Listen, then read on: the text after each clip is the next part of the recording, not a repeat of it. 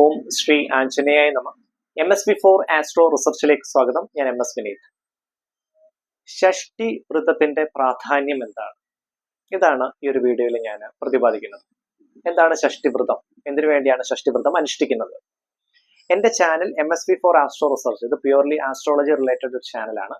ആദ്യമായിട്ട് കാണുന്നവർ ദയവ് ചെയ്ത് സബ്സ്ക്രൈബ് ചെയ്യുക. അതുപോലെ നിങ്ങളുടെ അഭിപ്രായം മസ്റ്റായിട്ടും വീഡിയോയുടെ കമന്റ് ബോക്സിൽ ഒന്ന് രേഖപ്പെടുത്താൻ കൂടി ശ്രദ്ധിക്കുക. പരമാവധി വീഡിയോസ് ഒന്ന് ലൈക്ക് കൂടി ചെയ്യുക. അപ്പം ഷഷ്ടിവ്രതം സന്താനങ്ങളുടെ ആയുരാരോഗ്യ സൗഖ്യത്തിനായിട്ട് മാതാപിതാക്കൾ അനുഷ്ഠിക്കുന്ന വ്രതമാണ് ഷഷ്ടിവ്രതം. സുബ്രഹ്മണ്യ സ്വാമിയുടെ വ്രതങ്ങളിൽ ഏറ്റവും ശ്രേഷ്ഠമായ വ്രതമാണ് ഷഷ്ടി വ്രതം. ഒരു വർഷത്തില് 12 ഷഷ്ടിവ്രതമാണ് വരുന്നത്. അതില് സ്കന്ദ ഷഷ്ടിവ്രതത്തോടു കൂടിയാണ് ഷഷ്ടിവ്രതത്തിന്റെ ആരംഭം. സ്കന്ദ ഷഷ്ടി വ്രതം വരുന്നത് വർഷത്തിൽ ഒരു തവണയാണ്.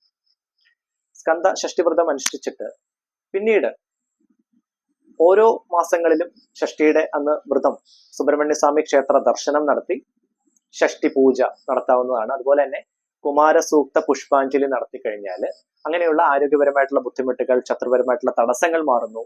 അങ്ങനെ ഉള്ള ബുദ്ധിമുട്ടുകളൊക്കെ മാറി അതുപോലെ ബുദ്ധിവികാസത്തിനും പഠന സംബന്ധമായിട്ടുള്ള നല്ല നിലവാരത്തിനുമൊക്കെ വളരെ നല്ലതാണ് സുബ്രഹ്മണ്യ സ്വാമിയെ പ്രാർത്ഥിക്കുന്നതും കുമാരസൂക്ത പുഷ്പാഞ്ജലി നടത്തുന്നതും. സുബ്രഹ്മണ്യ ഗായത്രി മന്ത്രം ജപിക്കുന്നത് വളരെ ഉത്തമമാണ്. സനൽകുമാരായ വിദ്മഹേ ശതനനായ ധീമഹി തന്നോ സ്കന്ദഃ പ്രചോദയാത്. ഇതാണ് സുബ്രഹ്മണ്യ ഗായത്രി മന്ത്രം. ദിവസവും സുബ്രഹ്മണ്യ ഗായത്രി മന്ത്രം ജപിക്കുന്നതും വളരെ നല്ലതാണ്. അപ്പം ഷഷ്ടിവ്രതം അനുഷ്ഠിക്കുമ്പോൾ തലേദിവസം അരിയാഹാരം, തലേദിവസം മുതൽ വ്രതം അനുഷ്ഠിക്കണം. വ്രതത്തിന്റെ തലേദിവസം അരിയാഹാരം, ഒരിക്കൽ അരിയാഹാരം എന്ന കണക്കില് വ്രതം അനുഷ്ഠിച്ച് സന്ധ്യയ്ക്ക് വിളക്ക് തെളിയിച്ച് സുബ്രഹ്മണ്യ സ്വാമി മന്ത്രങ്ങൾ, നാമങ്ങൾ ജപിക്കാവുന്നതാണ്. അതുപോലെ തന്നെ അടുത്ത ദിവസം ഷഷ്ടിവ്രതത്തിന്റെ അന്ന് സുബ്രഹ്മണ്യ സ്വാമി ക്ഷേത്ര ദർശനം നടത്തി ഷഷ്ടി പൂജ ചെയ്ത് പ്രാർത്ഥിച്ച് ഷഷ്ടിവ്രതം തീർത്ഥം സേവിച്ച് ഷഷ്ടിവ്രതം മുറിക്കാവുന്നതാണ്.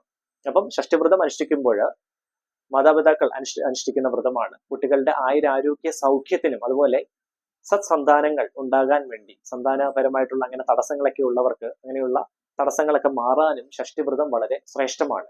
അപ്പൊ വ്രതം അനുഷ്ഠിക്കുമ്പോൾ ഒന്നെങ്കിൽ 6 മാസങ്ങളിൽ അടുപ്പിച്ച് വ്രതം അനുഷ്ഠിക്കാം. അതല്ലെങ്കിൽ 12 മാസം, അതായത് ഒരു വർഷം തുടർച്ചയായിട്ട് വ്രതം അനുഷ്ഠിക്കാവുന്നതാണ്. ഒരു മാസത്തിൽ ഒരു തവണയാണ് വ്രതം വരുന്നത്. ഇതാണ് ഷഷ്ടിവ്രതത്തിന്റെ ബേസിക് ആയിട്ടുള്ള കാര്യങ്ങൾ. അപ്പം സ്കന്ദ ഷഷ്ടി വ്രതത്തോടു കൂടിയാണ് ഷഷ്ടിവ്രതം ആരംഭിക്കുന്നത്. എന്റെ astrology related channel MSV4 astro research ആദ്യമായിട്ട് കാണുന്നവർ ദയവ് ചെയ്ത് സബ്സ്ക്രൈബ് ചെയ്യുക. അതുപോലെ തന്നെ ജ്യോതിഷപരമായിട്ടുള്ള കാര്യങ്ങൾ ഓൺലൈൻ കൺസൾട്ടിങ്ങിന് താല്പര്യമുള്ളവർക്ക്, അങ്ങനെ ഉള്ള എന്തെങ്കിലും ദോഷങ്ങൾ കാര്യങ്ങളുണ്ടെങ്കിൽ കബഡി പ്രശ്നത്തിലൂടെ ഓൺലൈൻ കൺസൾട്ടിങ് കാര്യങ്ങൾക്ക് താല്പര്യമുള്ളവർക്ക് എന്റെ വാട്സപ്പ് നമ്പറിൽ മെസ്സേജ് അയച്ച് ബുക്ക് ചെയ്യാവുന്നതാണ്. വാട്സപ്പ് നമ്പർ ഈ വീഡിയോയുടെ ഡിസ്ക്രിപ്ഷനിൽ ഞാൻ ആഡ് ചെയ്തേക്കാം. എന്റെ പൂജാ പ്രാർത്ഥനയിൽ നിങ്ങളെ കൂടി ഉൾപ്പെടുത്തി പ്രാർത്ഥിക്കണമെങ്കിൽ നിങ്ങളുടെ പേര്, നക്ഷത്രം, അതുപോലെ ജീവിതത്തിൽ അനുഭവിക്കുന്ന ക്ലേശങ്ങൾ, ബുദ്ധിമുട്ട് എന്താണ്, അത് കൂടി ഈ വീഡിയോയുടെ കമന്റ് ബോക്സിൽ മെൻഷൻ ചെയ്യുക. ഇത് തികച്ചും സൗജന്യപരമാണ്. തീർച്ചയായിട്ടും നിങ്ങളെ കൂടി ഉൾപ്പെടുത്തി നിങ്ങളുടെ നന്മയ്ക്കും ഐശ്വര്യത്തിനും വേണ്ടി തീർച്ചയായിട്ടും ഞാൻ പൂജാ പ്രാർത്ഥനയിൽ ഉൾപ്പെടുത്തി പ്രാർത്ഥിക്കുന്നതാണ്. എല്ലാവർക്കും നന്മയും ഐശ്വര്യവും നേരുന്നു. നന്ദി, നമസ്കാരം.